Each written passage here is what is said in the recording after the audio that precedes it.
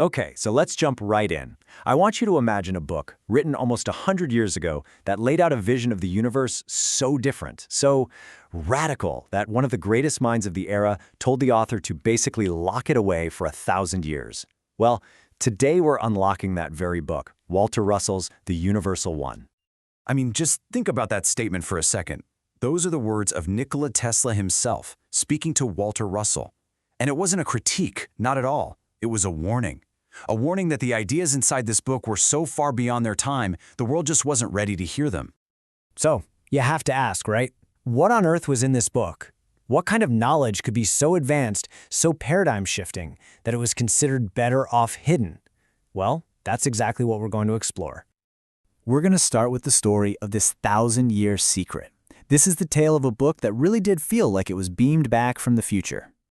So the book first hits the scene way back in 1926. It was Walter Russell's first big swing at laying out his entire cosmology. And right at the very core of it was this one single, absolutely revolutionary idea, that the universe we see, the universe we are, is fundamentally mind-centered. So let's get into the main philosophy here. Because to really get Russell, you have to understand this concept he called the universe of one. His whole argument was that all the insane complexity we see all around us, it actually springs from a source that is unbelievably simple. And Russell's entire worldview, it really boils down to this fundamental split.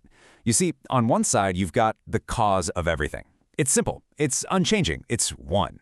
And on the other side, well, that's the universe of effects. That's everything we can see and touch. It's complex, it's always changing, and it's full of a multiplicity of things.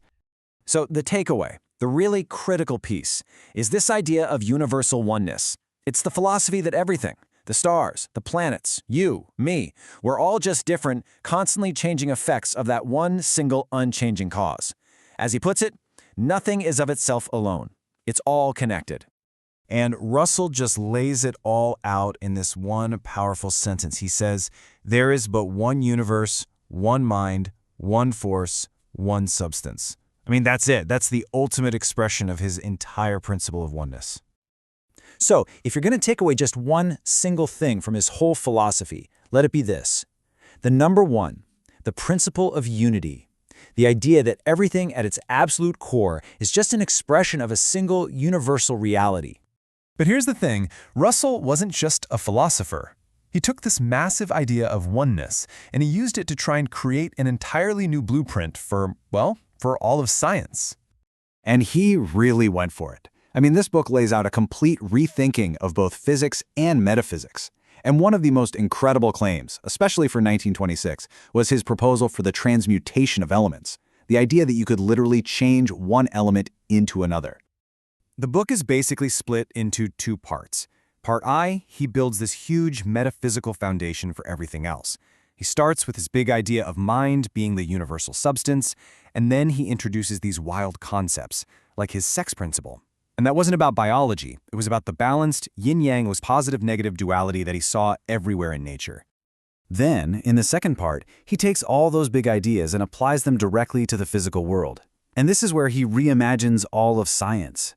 He proposes this unique octave cycle for the elements, arranging them kind of like a musical scale, decades before modern physics saw similar patterns. He redefines everything from gravity to electricity to the very nature of time itself.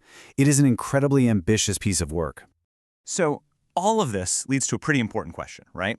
Why should a book from 1926, one that Tesla himself said should be buried, why should it matter to any of us right now?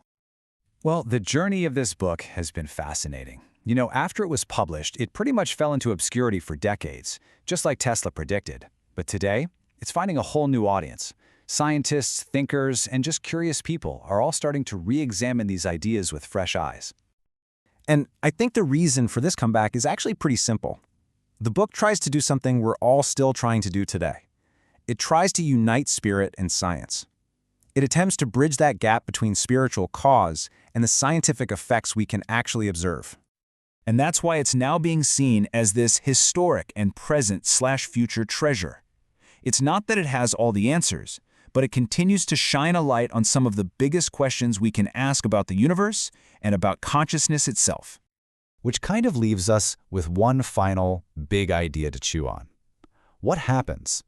What changes for us, for science, for everything, if we start to see the universe not as just a random collection of stuff, but as the living, dynamic expression of a single universal thought?